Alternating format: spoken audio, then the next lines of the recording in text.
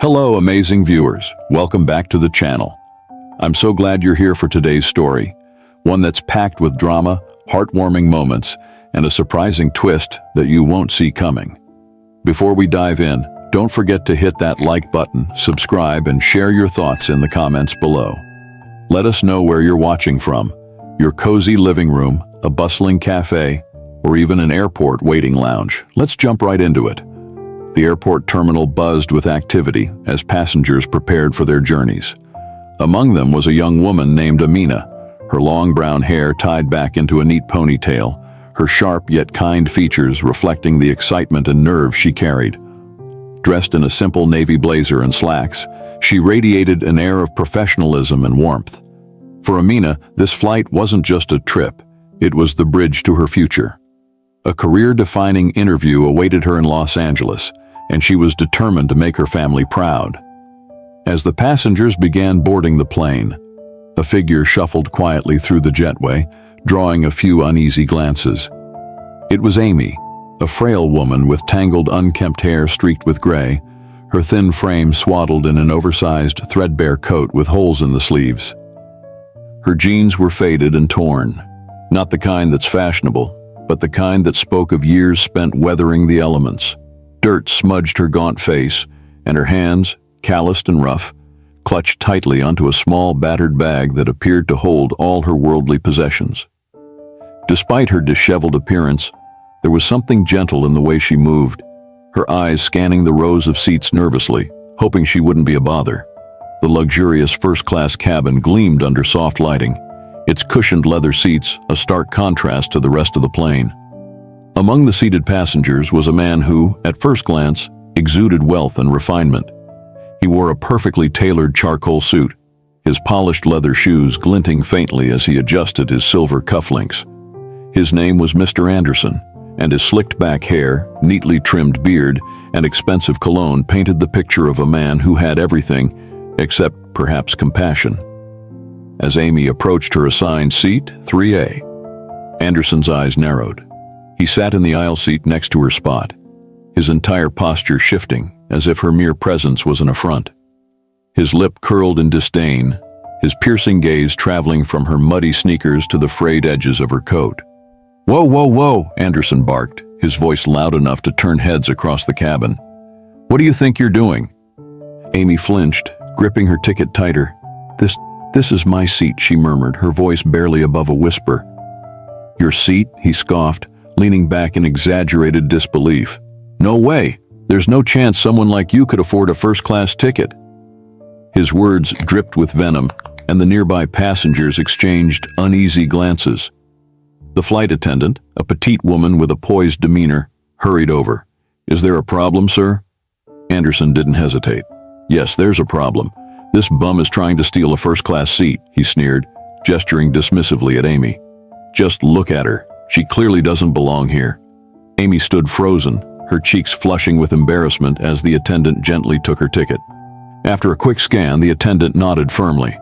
"Her ticket is valid, sir. Please allow her to take her seat." Anderson's face twisted in frustration. "Are you kidding me? Look at her. She smells like a trash heap. How am I supposed to sit next to this for the next 4 hours? By now, other passengers were watching the scene with disapproval.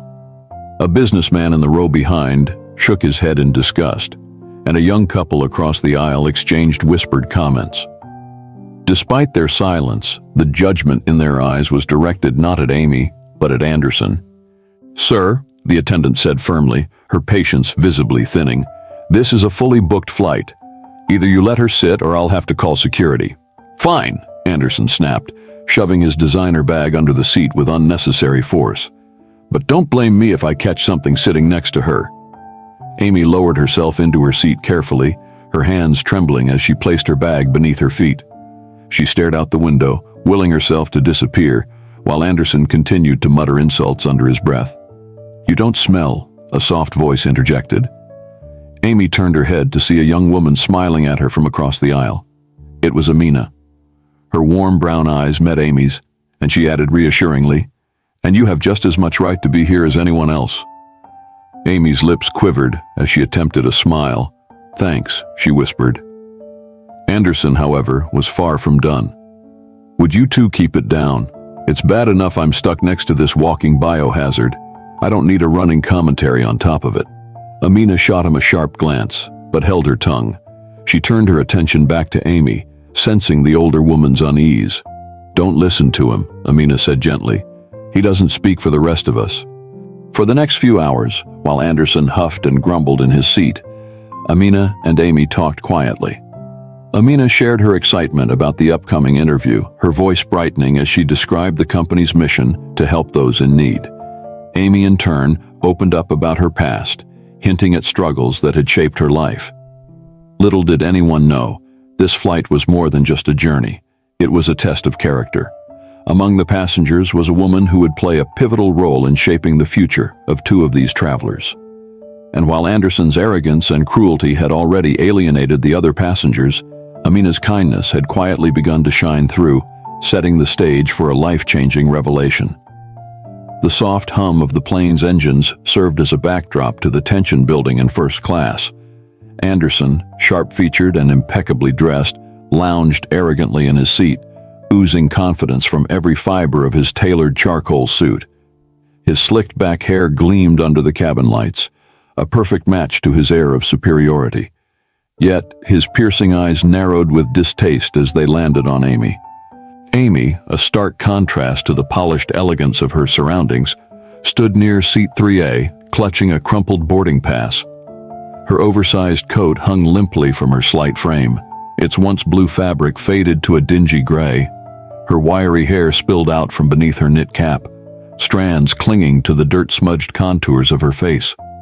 Hands roughened by countless nights outdoors clutched a worn canvas bag. She looked painfully out of place among the pristine leather seats and champagne flutes. "What do you think you're doing?" Anderson barked, his voice loud enough to catch the attention of every passenger within earshot. His lips curled into a sneer as he gestured toward Amy. "This is my seat, and there's no way someone like you belongs here." Amy hesitated, shrinking into herself under his glare. Her wide eyes darted between her boarding pass and the placard above the seat. I think this is my seat," she whispered. Her voice, thin and shaky, barely reached the ears of the nearest passengers. Anderson scoffed, crossing his arms. "No chance," he said with a condescending smirk. "Look at you. You probably bought a ticket for the baggage compartment and decided to sneak up here." The murmurs of other passengers rippled across the cabin. Most tried to avoid eye contact, but their discomfort was evident. The situation grew more uncomfortable when a flight attendant approached. "Is there a problem here?" the young woman asked, her tone professional yet firm. Anderson, seizing the opportunity, gestured dramatically toward Amy. "You bet there's a problem. This bum thinks she belongs in first class. Clearly, she didn't pay for it." The attendant turned to Amy with a calm smile. "May I see your ticket, ma'am?" With trembling hands, Amy handed it over. The attendant glanced at it and gave Anderson a pointed look. "Her ticket is valid, sir. Please allow her to take her seat." For a moment, Anderson looked as though he might argue further, but the whispers around him and the sharp look from the attendant silenced him. Muttering under his breath, he scooted over, yanking his designer briefcase out of Amy's way with exaggerated annoyance. Amy sat down gingerly, her small frame barely taking up the plush seat. She turned to look out the window, avoiding the stares of those around her. But Anderson wasn't finished. He leaned as far away from her as possible, loudly proclaiming to anyone who would listen, "She smells like a dumpster. This is supposed to be first class, not a homeless shelter." The insult stung, but Amy said nothing. She had learned long ago to endure such comments in silence. Yet the shame that burned in her chest was hard to ignore. Across the aisle, Amina watched with growing unease. Dressed in a simple navy blazer, her warm brown eyes flicked between Anderson's sneer and Amy's bowed head. Unable to contain herself any longer, she spoke up. "Excuse me," Amina said, her voice calm but sharp enough to cut through Anderson's rant. "There's no reason to treat someone this way." Anderson turned his head, one eyebrow arched in mock surprise. "Oh, really? Are you defending her? Look at her. She's obviously trying to scam the system." "I don't think you know anything about her," Amina replied coolly. Her unwavering gaze met his. And honestly, the only person making this flight uncomfortable is you." Gasps and murmurs of approval rippled through the cabin. Anderson opened his mouth to retort, but the flight attendant appeared again. "Is everything okay here?" she asked, a note of warning in her voice. Amina smiled politely. "It is now, thank you." Amy turned slightly toward Amina, her lips trembling. "Thank you," she whispered, her voice thick with emotion. Amina gave her a reassuring smile. "Don't let him get to you," she said softly. "He doesn't know anything about you." As the flight leveled off at cruising altitude, the tension in the air began to dissipate. Most passengers turned their attention to their tablets, magazines, or in-flight entertainment. Anderson, now sulking in his seat, seemed content to glare silently out the aisle window. Meanwhile, Amy fidgeted with the worn strap of her bag, her gaze flitting nervously toward Amina. Despite her earlier gratitude, she couldn't help but feel self-conscious. She was used to people avoiding her, not defending her. "So," Amina said, leaning slightly toward her with an encouraging smile, "are you visiting Los Angeles, or is it home?" Amy hesitated, her hands tightening around her bag. "I'm visiting," she said cautiously. Amina's smile didn't waver. "That's nice. I'm heading there for a job interview. Big opportunity. I'm nervous, though." Amy's curiosity piqued. "What kind of job?" "It's with a company that focuses on helping people in need," Amina explained, her face lighting up. "They're all about building shelters, providing resources, that kind of thing. It's been my dream to work somewhere like that." Amy blinked, her lips parting slightly in surprise. "That sounds amazing," she said softly. "Thanks," Amina said. "I've always believed in lifting others up when you can. Everyone deserves a second chance, you know?" Amy looked down, her thumb running over the fraying edge of her coat sleeve. "Not everyone thinks that way," she murmured. Amina tilted her head. "You'd be surprised. I mean, look at us. We're strangers, but we're here, right?" Amy smiled faintly, her first genuine smile in days. "I guess you're right." Their conversation continued, the hours slipping by faster than either expected. Amy found herself opening up, sharing snippets of her life, how she'd once had a steady job, how one bad turn led to another, and how she'd ended up on the streets. Amina listened intently, her heart aching with every word. "I'm so sorry you went through that," she said quietly. "You didn't deserve it." "Maybe not," Amy replied, her voice tinged with a mix of bitterness and hope. "But people like you remind me that not everyone sees me as less." Across the aisle, Anderson stirred, muttering something under his breath, but this time neither Amy nor Amina paid him any mind. As the plane descended toward Los Angeles, the passengers began to stir, gathering their belongings and preparing for the next leg of their journeys. Amy sat quietly, her eyes fixed on the fast-approaching city below. It was a sight she rarely got to see, so full of life and promise. Beside her, Amina smiled encouragingly. "You'll do great," Amy said, suddenly breaking the silence. Her voice was soft but carried a surprising firmness. "In your interview, I mean, I can tell." Amina chuckled nervously, tucking a strand of dark hair behind her ear. "Thank you, Amy, that means a lot." She hesitated before adding, "I hope things get better for you too." Amy's smile was faint but genuine. "They already have. People like you remind me the world isn't all bad." The plane landed smoothly, and the passengers began to disembark. Anderson, who had spent most of the flight alternating between glaring at Amy and pretending she didn't exist, was one of the first to stride off the plane, his expensive briefcase swinging at his side. Amina and Amy followed at a slower pace. Before they parted ways, Amina turned to Amy one last time. "Take care of yourself, okay?" she said, her voice filled with sincerity. Amy nodded, clutching her tattered bag. "You too, good luck." Amina walked away, her head held high, ready to face her big moment. She didn't notice the way Amy's eyes lingered on her, filled with gratitude and something else, something knowing. The next morning, Amina arrived at the headquarters of the company she hoped to join. The building was a modern marvel of glass and steel, its sleek design softened by the large heart-shaped logo engraved above the entrance. The sight filled Amina with a mix of excitement and nerves. "Welcome," a friendly receptionist greeted her as she entered the airy lobby. "You must be Amina. Please have a seat. The other candidate will be joining shortly." Amina smiled politely and took a seat on one of the plush couches, her mind racing. She wondered who her competition would be, though she reminded herself to stay focused on her own strengths. The sound of footsteps drew her attention to the glass doors. To her shock and dismay, it was Anderson. He entered the room with his usual air of superiority, his sharp suit and confident stride a stark reminder of the man she'd argued with on the plane. "You've got to be kidding me," Amina muttered under her breath. Anderson, spotting her immediately, smirked. "Oh, it's you," he said, his tone dripping with mockery. "Small world." Amina resisted the urge to roll her eyes. Apparently, they sat in awkward silence, the tension between them thick enough to cut with a knife. Amina did her best to ignore him, focusing instead on the inspirational posters that adorned the walls, each one highlighting the company's mission to help those in need. She reminded herself why she was there, letting the words soothe her nerves. After a few minutes, the hiring manager appeared, a tall man in his early 50s with kind eyes and a warm smile. "Good morning," he said, shaking hands with both candidates. "Thank you for being here. If you'll follow me, we'll get started." As they entered the conference room, Amina felt a jolt of surprise. Sitting at the table, looking poised and confident, was Amy. But she didn't look anything like the woman from the plane.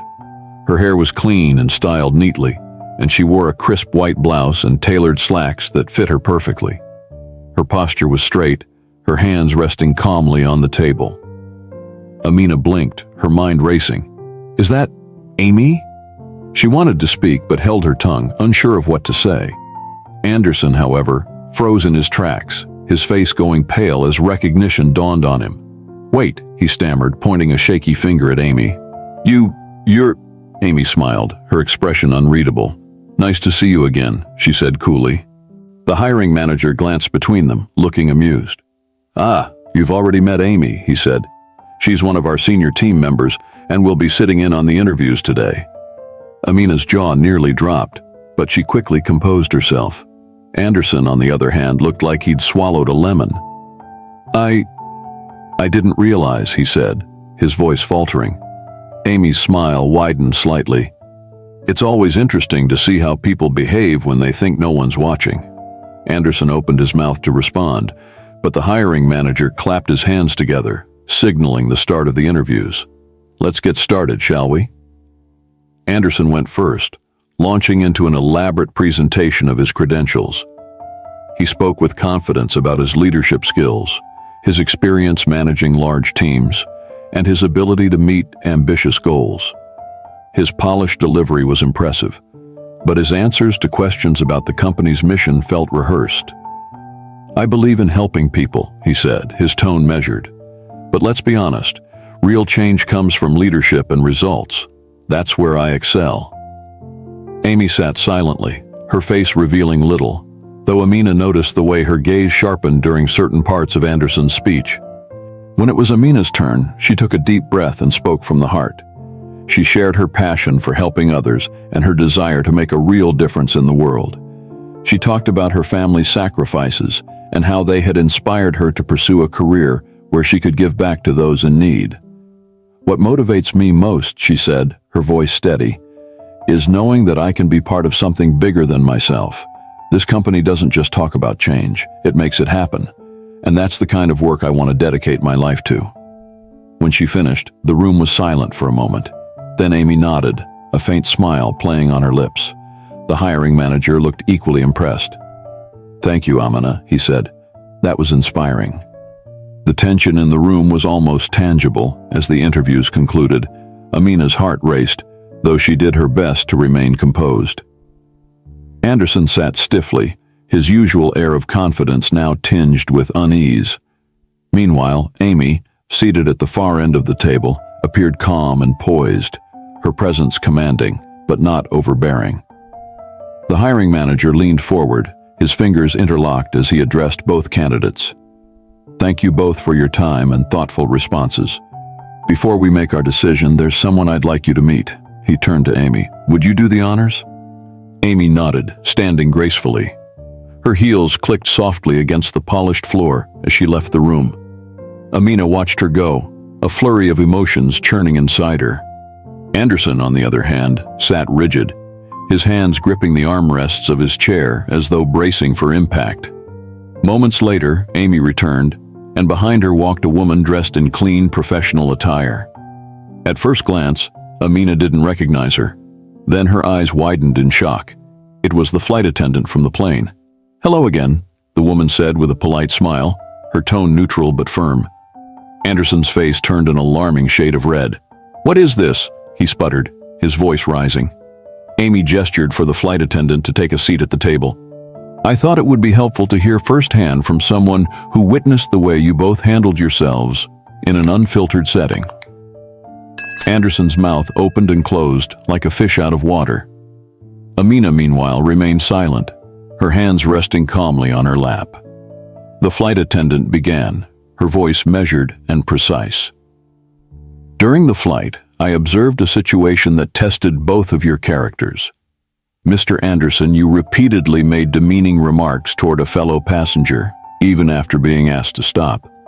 You showed no empathy or respect, creating an uncomfortable environment for everyone around you." Anderson shot to his feet. "This is ridiculous. You're going to listen to her? She wasn't even part of the interview process." "Sit down," Amy said, her voice low but commanding. The authority in her tone left no room for argument. Reluctantly, Anderson sank back into his chair, his expression a mix of indignation and panic. The flight attendant continued. "In contrast, Miss Amina demonstrated kindness and respect. She defended the passenger you were targeting and went out of her way to make that person feel valued. Her actions reflected exactly the kind of compassion and integrity this company stands for." Amina's cheeks flushed, but she held her head high. Anderson, meanwhile, looked like he was ready to explode. "This is outrageous," he exclaimed, slamming his fist on the table. "You tricked me. This whole thing was a setup." Amy raised an eyebrow, her gaze steady. "You're right, it was a test, and the reason for it is simple. This position isn't just about qualifications or experience. It's about embodying our company's mission of kindness and respect.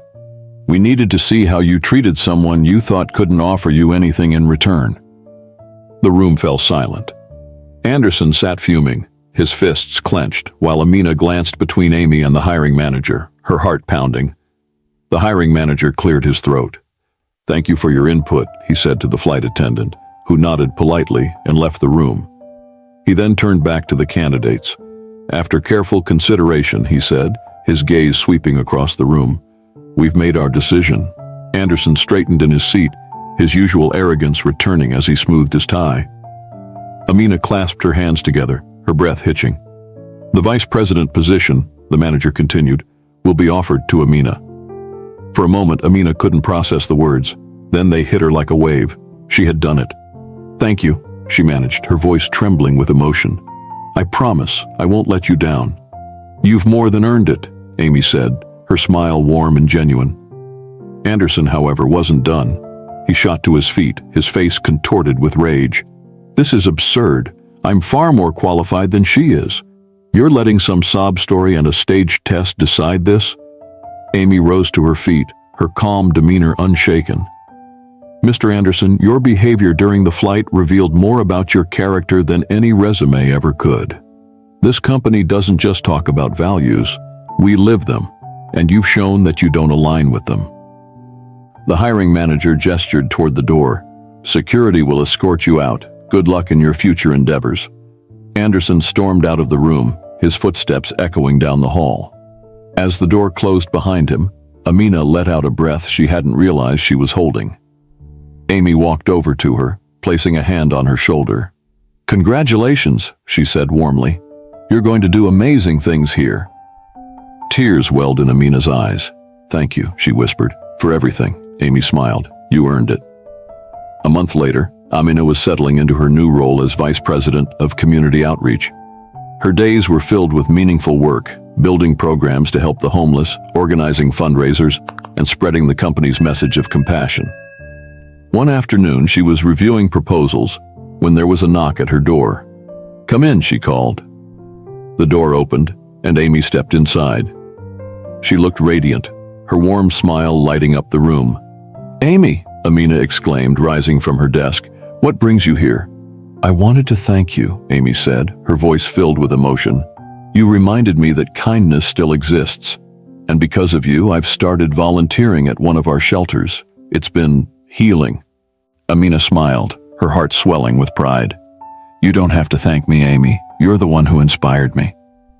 As they hugged, Amina realized how far they had both come, from strangers on a plane to allies in a shared mission to make the world a better place.